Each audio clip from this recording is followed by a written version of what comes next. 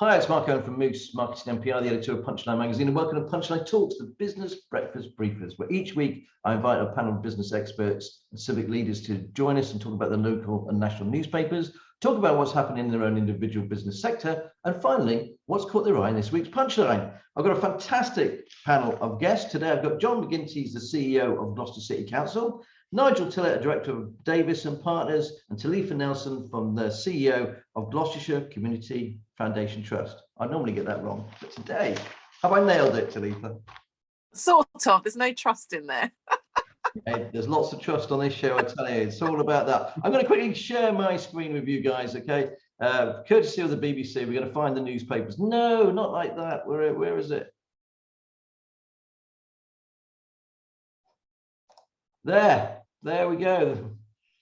It's going to be one of those long days, isn't it? Okay, let's go for the papers. Courtesy of the BBC. Metro, don't cry. You start me off, said Prince William. The Daily Mail. William walked behind Queen's coffin, brought back memories of my mother's funeral. You just can't imagine that, can you?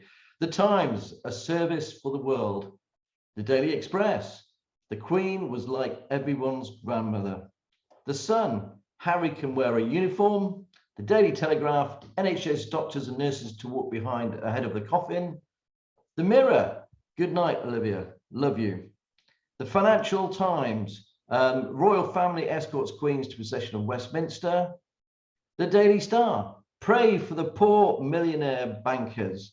The Guardian, trust to lift fracking ban despite lack of progress on tremor risks. And finally, the Eye, funeral plans revealed as 1,000 see Queen lying in state.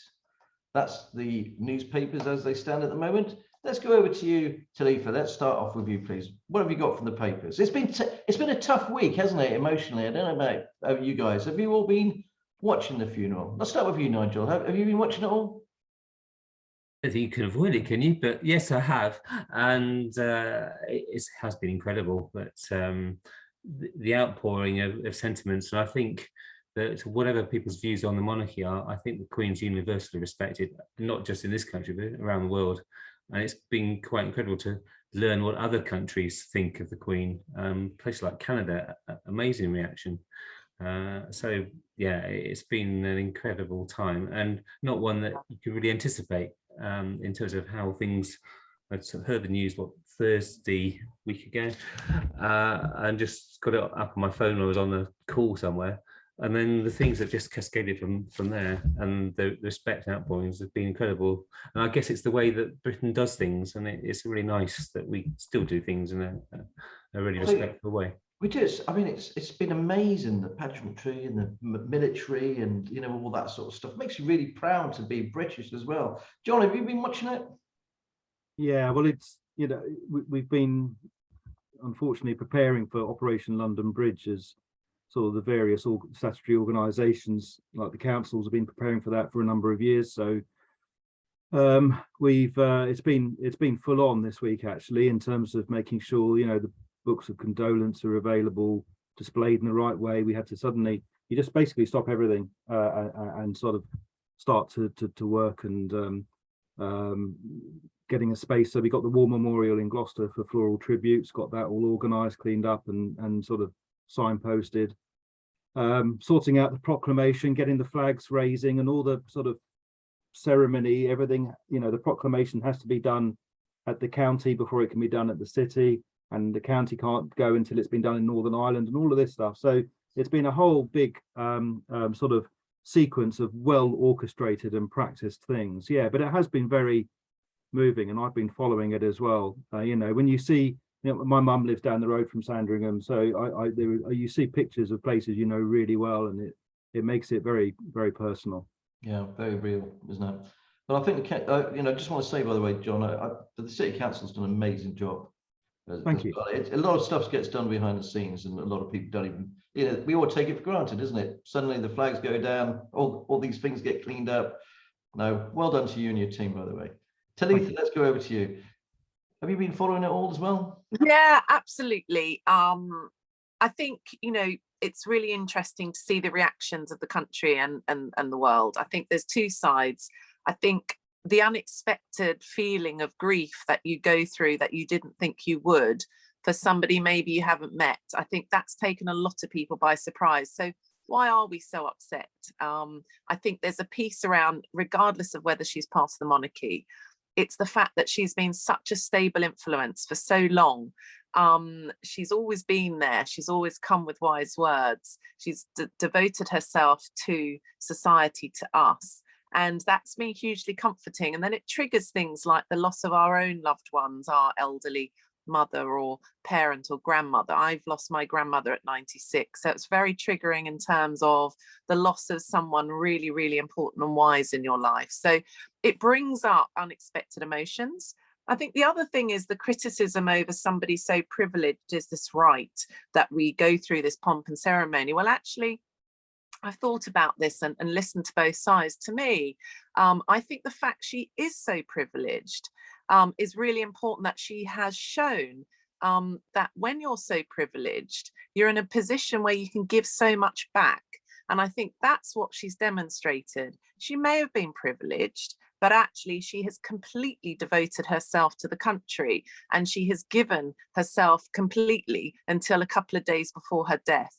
Now, I don't know how many people would want that job. I don't know how many people could devote over 70 years to the country, but what she's done is a completely selfless act of giving up her life. And so I don't have any criticism. I'm very impartial to the situation, but completely respect what she's done for this country. So it is very moving. There is another side. I think while people are suffering the cost of living crisis, which is already biting, I think we're going to get a lot of people wondering why we're doing this when people can't afford to feed their families. So there's some real dynamics going on that I think the last couple of years has been hugely challenging with COVID and all the different challenges we've gone through. And now we're facing another crisis around the cost of living. So this is really hard, but I think we mustn't forget what she's given to this country. I think the one thing that was struck me was the fact, you've got Harry and William walking behind the coffin like they did with their mother, and King Charles as well. But the thought, if you had to think, they've got to do that again. They'll have to do it again for Charles, and they might have to do it again. So to go through it 3 or 4. I know they're sort of born into it, and maybe they don't think of it, but it must be quite horrendous, really. Awful. I can't imagine when I lost my grandmother doing anything publicly like this. I don't think most of us, when we're going through trauma, would be able to stand up in front of the world. I think it must be the most awful thing for them to have to do. Yeah. I mean, I couldn't talk at my brother's funeral. I wanted to. I had a speech written. Couldn't do it. Nigel, No. What's your view on that as well? Should Harry wear his uniform? I don't care about uniforms or not, but in terms of would I want my life? No, I wouldn't. I don't think anybody who really thinks about it would really want it. Might think, oh great, we're privileged, we can do this and that. Reality is your life is watched, everything you do all the time, and the service for the Queen's been unbelievable what she's done, and the whole royal family. I think King Charles, I've got to say King Charles now rather than Prince, it's hard to do. What he's been through this week, and you've seen the grief on his face, but the number of times number of people have to meet and be polite to when he's going through the things, that's just horrendous. I mean, I've been through loss this year, which has been pretty tough, to be quite honest, and you don't want to go out in the public and start talking to all sorts of people all the time when you're not feeling great. I think it's really raised Prince Charles's standing with the community, isn't it? Through the country itself. John, do you ever get the chance to meet the Queen at all, or you've been in council service for a long time? I've never spoken to. I mean, I've been in her presence. I've had the pleasure of going to a garden party, and my mother got an OBE, and I went to the palace for that. So. I've been there and thereabouts, but never actually spoken to her. No. I mean, I met her once, and I cooked for her when I was young. But I've got to stop telling that story. I'm going to try and milk it for a little bit longer if I can. Obviously, there's lots of Prince Charles recently. I was at Westminster, and he has a real presence about him. It was a lovely event. He's got really good sense of humour. you know, I think when we look at Prince Charles, and even he says about himself, the things he's passionate about around saving a lot of buildings in London in the 60s and 70s from being pulled down, huge environmentalist. He's always been seen as a bit kooky, but actually probably a bit ahead of his time, because actually the things he's passionate about are very current. So I think, you know, we do have someone with a really good heart that is going into that role. I think it's going to be very interesting to see your article in Mark in Punchline about what's going to happen to Highgrove. It's going to, you know, he clearly loves that place, and I hadn't realised till I read your article that it automatically transfers to the new Prince of Wales, and if Charles wants to go there, he has to pay about £700,000 worth of rent to his son. So he clearly loves that place, and I hope that he is able to carry on enjoying it in some way in his new role, because he's put so much effort into Highgrove. I was really, thanks for mentioning that, John. I was really pleased with that piece that Laura wrote, and because it obviously took quite a bit of time. But what's interesting is that was actually the #1 story for the day as well, considering it wasn't placed as a #1. I think it was number 5 in the e-newsletter. But yeah, it was the #1 story for that day. It was something that's really, you know, resonates. And we're going to carry on that, by the way. We're going to go actually to Tetbury and find out what the impact. That'll probably be in the next magazine, you know. So we're going to do a little bit more research into that as well. Has anybody else picked out some other stories? Nigel, is there another story that you picked out, please? So if I could go through my stories, I'm afraid it's on the phone today. You can see, you probably can't see my phone very well. Anyway, I will tell you, that was the Financial Times. I had to start with the Q. It's so British and so well organised, and the way that everything is done, including the way the coffin is, with the decoration, and the way that people will just walk for hours, make friends, go through the, I mean, our head of accounts has gone up there overnight to do it, so he's in there somewhere. But I just thought that is such a British thing to do, and it's so well done.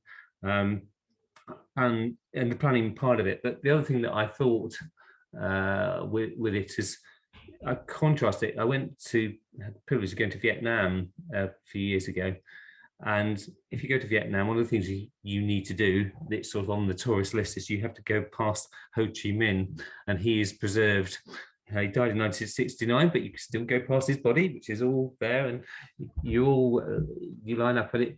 But the difference is that there, it's if you come from Vietnam, it's almost a compulsory thing you have to do. You've got to show you're a true communist. You've got to go past the coffin. Well, here, no one said anyone's going to go past the coffin at all. And how many people are going there? And so I just think that's incredible. I think it's rightly all over the news, because it's such a big thing. It's such a thing of, I guess, a pride to be British, really, that's what we do, is how we do it. So that was my #1 story that I picked out the papers today. Okay. I can do others if you want me to, but that was my #1. Well, let's see how we get on with time. John, what have you picked out, please? Yeah, well, I mean, I'd also picked out the queuing, partly because I've just come back from abroad, and no one queues as well as the Brits, I'm afraid. we just have a skill, don't we? I got very frustrated at queue jumping when I was on holiday, but there you go. That's another story. I mean, there's a couple of stories actually on page 2 of the Eye. One is about there's a little sort of fun story about how many people have learnt about the new highway code, and 3 in 5 drivers have not read the updates to the code. But in terms of the top 10 places for knowledgeable drivers who have read the update to the code, Gloucester is in the top 10. So I feel very safe now that if I'm on the road in Gloucester, that everyone is going to know exactly what the new highway code says. And we've got some of the safest drivers in the country. So there's a great story there. What number do we appear in there, John? We are number 9. So we're not on the top of the list, but we're not far off. And right next to it, interestingly enough, and you know, last time I was on, we were talking about the cost of living crisis, and I'm sure we will carry on talking about this. But right next to this, there's a map of the millionaires in the world, and New York is now the wealthiest city in the world according to the number of millionaires. London used to be, as always, well, for a long time, years have been top of the list. London used to be the place with the most millionaires in the world, and now we've slipped down to 4th. And I'm just wondering if that is one of the sort of subtle consequences of the war in Ukraine, and the clampdown on the oligarchs. Because a lot of the wealth in London, I think, came from Russia. And it's, you know, it's actually quite reassuring, if you like. It's not something to be ashamed of that we've slipped down the millionaires list, because it's actually potentially a consequence of a new sort of foreign policy. So I was quite intrigued by that article. Okay, 2 great stories. Thanks, John. Well, that leads very well onto my story, John. Excellent. Okay. I thought So, after half a century founding the outdoor apparel maker Patagonia, so Yvon Chouinard, the eccentric rock climber who became a reluctant billionaire, he has, well, he's very unconventional. His spin on capitalism is to give his whole company away. So that happened yesterday. Rather than selling the company or taking it public, Mr. Chouinard, his wife, and 2 adult children have transferred their ownership of Patagonia, valued at about 3 billion, to a specially designed trust and a non-profit organization. They were created to preserve the company's independence and ensure that all its profits, some 100 million a year, are used to combat climate change and protect undeveloped land around the globe. The unusual move comes at a moment of growing scrutiny for billionaires and corporations, whose rhetoric around making the world a better place is often overshadowed by their contributions to the very problems they claim to want to solve. At this time, Mr. Chouinard relinquished the family's fortune in keeping his long-standing disregard for business norms and his lifelong love for the environment. So it's really inspiring, and he hopes to inspire other billionaires, because this redistribution of wealth, to have the very few with the majority, 80% majority of wealth, and 20% goes to the poor of 80% of the world, you know, the 80-20 rule roughly, that he inspires other billionaires to start putting their money where their mouth is. There's a lot of greenwashing. There's lots of organizations that say they're doing things, but they really aren't. So I think it should be hugely inspiring that someone's taken this step, the first billionaire to do something quite dramatic. And, you know, most of these organizations would have made profits on the back of the demise of the planet. So I'm very, very encouraged and very excited by this move. So that's my good news story around giving back where you can. Well, that's a great story. I'd just like to point out the one from the Sun I picked out for today, actually. Harrods Takeaway Deliveroo, that's posh. £125 caviar on the menu. And you can also order pizza, chicken and chips, £39, burger and chips, £49 for your door. If you want is it a Wanga fillet steak? I don't know how you say that. 150 quid. Talk about billionaires, absolutely bonkers. But there you go, got money to burn. Going on to you touched on it earlier, really, Talitha, and the cost of living. And this week you launched a new campaign, didn't you? Could you just explain to our listeners, or readers, what that's all about? So this is the cost of living crisis appeal. So very similarly, when the pandemic hit, we launched by the end of March the COVID emergency appeal. We are on the front line, listening to the front line. We're not on the front line, but listening to the front line. And every day we're talking to charities at the moment. So I think if you just think about food banks as an example, so they're down to 4% donations compared to 30% in 2019. However, in the last 2 months, the increase of referrals of 55%.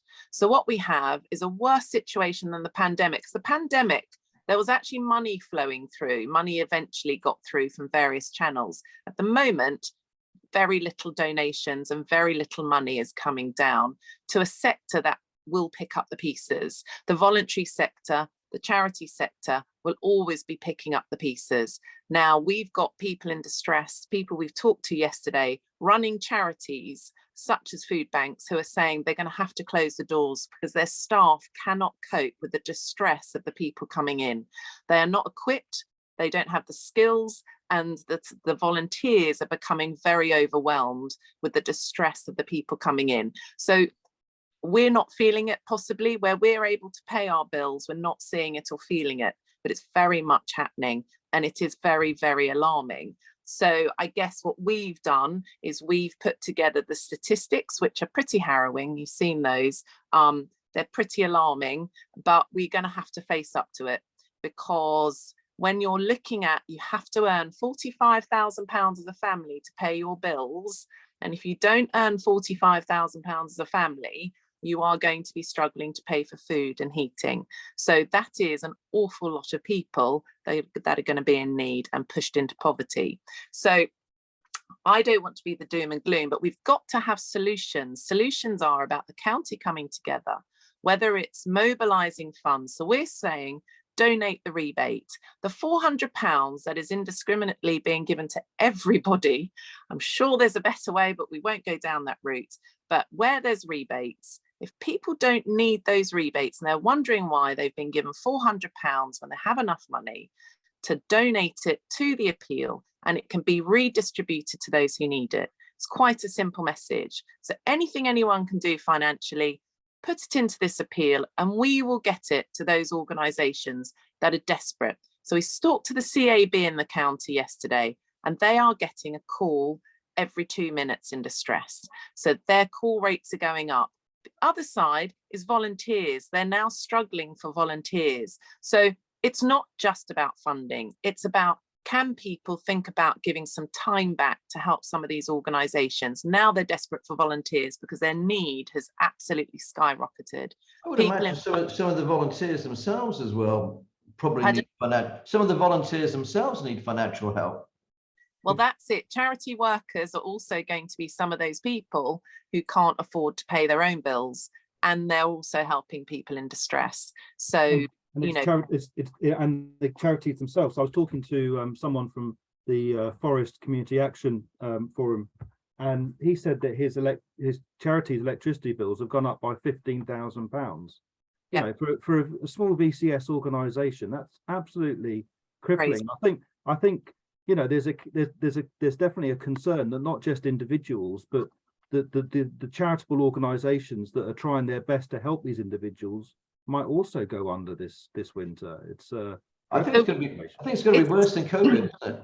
It is the stark reality. So in COVID, we thought quite a few would go under. When we did our research, the ones earning under 50k a year were the only ones that disappeared, and actually it didn't have a huge impact.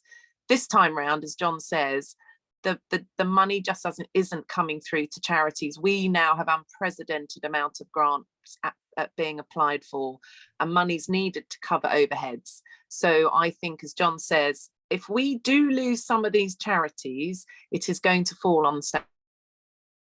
More queues at any hospitals, doctors, services. The whole knock-on effect is going to affect us all. So I think if we can start supporting some of our charities now to stay up and running, to keep going, and to keep serving those who really need our help, then we may help us all and keep a resilient and thriving Gloucestershire. But we are concerned, which is why we've set up this fund. Okay, well, we'll carry on pushing out the message for you, Talitha. You know we will. Thanks ever so much. And we're going to go over to Nigel next. Nigel, because we talked before coming on air about the conveyancing business and the way it's going washing through at the moment, and it's getting tough out there, isn't it? Yeah, I think this is a big challenge, and I've heard what's been said on the charity sector, but there's a big problem in the business sector as well, and I think my concern a bit is it's almost being ignored by the noise elsewhere. But part of the problem is if the businesses can't survive, they can't pay the people, and then the people can't survive. So it's all part of the same mix. Yeah. And there are a lot of small businesses I think are really struggling. I mean, where I live in a village in the middle of nowhere, where our local shop, the electricity bill's gone through the roof. It looks like it's going to close. It's not going to be alone. It's going to be one of many, I suspect.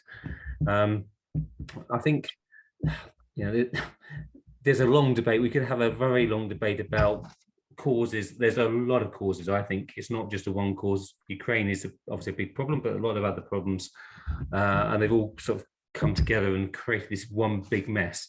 But it's a big mess that, from whatever direction we're in, we're all in it. In terms of our own business, we're lawyers. You think, okay, you're lawyers, you'll find, but lawyers are finding it tough this year. If you've seen the results of the PLCs, those that have to publish, they've been really struggling, and their share prices have been absolutely tanking. And one of the big issues we face is on the conveyancing side, where everything is taking so much longer, whether it's mortgage offers, people not sure whether they can afford to do what they're doing, pulling out, and then that creates a problem with the chain. So say people in our team, they're having to work just as hard, if not harder, but they're probably taking them 40-50% longer to do one transaction, for which we charge the same amount of money. So you can then tell, well, the income the business gets is actually going down, but people's actual income, they need more money because of inflation. And I think the solution is actually a global one, because it's not just about individuals, because companies have to be helped as well in order to be able to help the individuals. So yeah, it's a challenging environment, but we're seeing it particularly through conveyancing at the moment. I would imagine that it doesn't help the cash flow of the company. If a house is taking 30-40 more days to sell and go through, you're not going to be paid for those 30-40 days. You've done the work, but you're still waiting for the end product, aren't you? You're doing the same work, but not being paid for another 30-40 days. And I'm not just sort of bleating about, say, our sector, because I think there are some businesses that have done really well out of the situation, and things have gone virtually, but an awful lot of businesses have actually found it really, really hard. I think if it's a retail, really tough, but I think a lot of service industries find it really hard. Construction sector, inflation, fixed prices, all that sort of thing is all part of this great big mix of stuff that's made life really hard.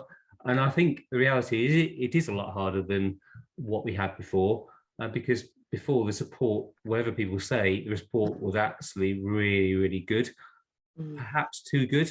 Too generous about that, because I think it almost created this false demand, which then people couldn't then supply, which has then not helped with inflation. But we've now got almost like we're paying for that. But Ukraine and Mr. Putin has got a lot to do. It's got a lot to do with why we're really in a pickle right now. But well, it's funny actually. I was at a golf day yesterday, and the Brexit word was mentioned a few times as well. But let's not go there today. Yeah. John, one of these stories that we ran this week, which I have to mention, really was obviously this continuing problem with the cyber attack that Gloucester City Council had. How's it looking now? Well, we coming to the end of it, because it's still, there's a rumour of it costing nearly £1 million. We know that's kind of a political number that's been put out there, but what's the situation at the moment, really? Yeah, I mean that figure was one that a politician quoted that isn't a figure I recognise, but we are nearly there. I mean, just this interesting listening to Nigel talk about the conveyancing, because the first half of the year, one of the consequences of the cyber attack on the council IT systems was our land searches. We were unable to process land searches for anyone looking to move house in Gloucester, so we were asking home buyers to take out a sort of insurance waiver if they wanted to sort of proceed with their transaction. So this wasn't just something that impacted on a few council officials. This had real world consequences for everyone. I suppose the good news is, Mark, we're pretty much there now. The only one system that we haven't yet stood back up in terms of public access is the planning portal, the planning application system. We tried to turn it on last week. We thought we were there with it. We turned it on, and it basically the system tried to send out all of the emails that it should have sent out over the last 10 months. And Google, Yahoo, and Sky thought we were a spam agent and blocked us. So, oh God! So we're trying to get our URLs, our IP addresses unblocked from Google and Sky and Yahoo and BT. And once we do, we think we're ready to turn on the planning system for the public again. So we are nearly there, but it's been a horrible situation, and you know, it's we've learned so much from this. But from any people sort of watching this video, you know, don't neglect to think about, discuss cyber threats at board level, because they are proper leadership challenges for any organization. I tell you what, bring down a whole small business, or any business really, and I'm sure it has in the past. Let's talk about something positive, because you know, you've moved office now, isn't it? The city council staff and officers have moved now into Eastgate Shopping Centre. How's that panning out? It's gone really well, actually. We moved in the beginning of August, so we've been in there about just over a month now.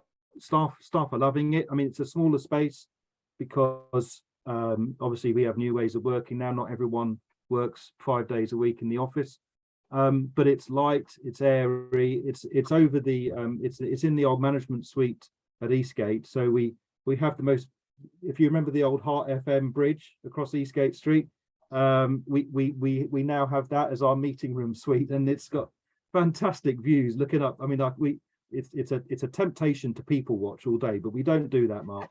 But I bet you bloody do. I'll be careful. I'll be careful. I'll be waving at the building now from now on. But it's really nice. You know, colleagues really like the fact that we have our own sense of identity. Again, we're in our own building. They like being in the centre of the city. Hopefully, we're doing great business. I imagine Jamaica Blue is income from our coffee demands are soaring through the roof right now. So it's nice being in the centre of the city. It's quite weird we have buskers just beneath where we are, and so for the first time in my working life in Gloucester, I've got this sort of pipe music going in the background as I'm working in the office, which is taking some getting used to. But no, we're loving it, and it's good for the city to have the council right in its heart, I think. The one thing about buskers, you have some really good ones, and then you have some really bad ones. I think the guy with the piano outside Debenhams is long gone. Do you remember him? A little electric organ he used to have. Anyway, I'm just hoping there's no bagpipes. That's no, definitely not. Thank you ever so much for that, guys. Okay, let's quickly run through what's caught your eye in this week's punchline. Nigel, let's start with you, please. What's your story? Well, it was the GSS architects and their 24 peaks in 24 hours, the highest 24 peaks in the Lake District, and that's just my escapism. That's the sort of thing that I would like to do. I love the lakes, love walking up there, and I've done quite a few adventures up there in recent times, and in sad times as well. And to get away there and go in that glory, that landscape, fantastic. So well done on them. They raised some good money for Macmillan, which was really good. And yeah, for me, that was a lovely story. Thanks very much for that, Nigel. Talitha, what's caught your eye?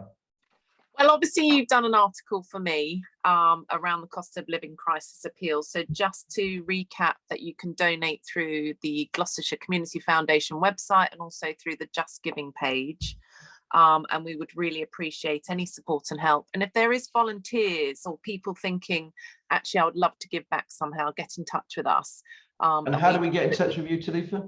If you email us either at ceo@gloucestershirecf.org.uk or come through the website, essentially something will come to us and we will try and help, because we do need to try and mobilize some resources and support where we can. So picking up on that story, I also wanted to pick up on the cost of living crisis and the bills at the moment. As Neil was saying, I was talking to a publican and his bills have gone from 17,000 a year to 72,000. And it is right, you know, small businesses are the lifeblood of this county. And as Neil says, you know, if we don't support our local businesses, maybe if we stop buying from big nationals and we stop buying online and we start supporting and walking our town. We went into Cirencester the other day to the market and, you know, just trying to do our little bit for the local economy. I think it's a good point to say, go and eat in the pub if you can afford to, or go and support a local business is a good point. I'd just like to say, I'm sorry, I've got to say nowadays, I think you've got to support your national store as well on the high street. You've got to maybe not buy so much stuff online, but support everything on the high. Well, I'm not going to say who online, but there's one particular organisation that doesn't pay enough taxes in this country. So I would keep saying, but support those who pay full taxes. Fair enough. John, what's the story you caught in this week's Punch? Well, I was another sort of small business success actually, which is Stroud Brewery. You did an article about Stroud Brewery, who for the first time are serving beers from other breweries in a sort of organic September campaign. So you know, in all these times of tough times for businesses, one of Gloucestershire's real success stories are some of our small breweries. Gloucester Brewery, Stroud Brewery, Ewley, you know, Hillside. Let's raise a glass and support all of these great independent breweries, because they make fantastic beer and they put Gloucestershire on the map. And they just, you know, Stroud Brewery is a great location as well, you know, for families. It's got food, it's got music, it's got. We're there on Tuesday night, John. Excellent. It's got a great community attitude as well. It knows its place in its community, and it tries to do as much as it can for the community. And yeah, just salute all of the great independent breweries of this county. And that's a great place to say cheers. And thanks ever so much for watching Punchline. I'd like to thank our sponsors, Hazelwood's Accountants and Tax Advisors. Great people, great company. And thanks to my fantastic panel today. See you soon. Oh yes, and if you like the show, please like, subscribe and share. Cheers, bye.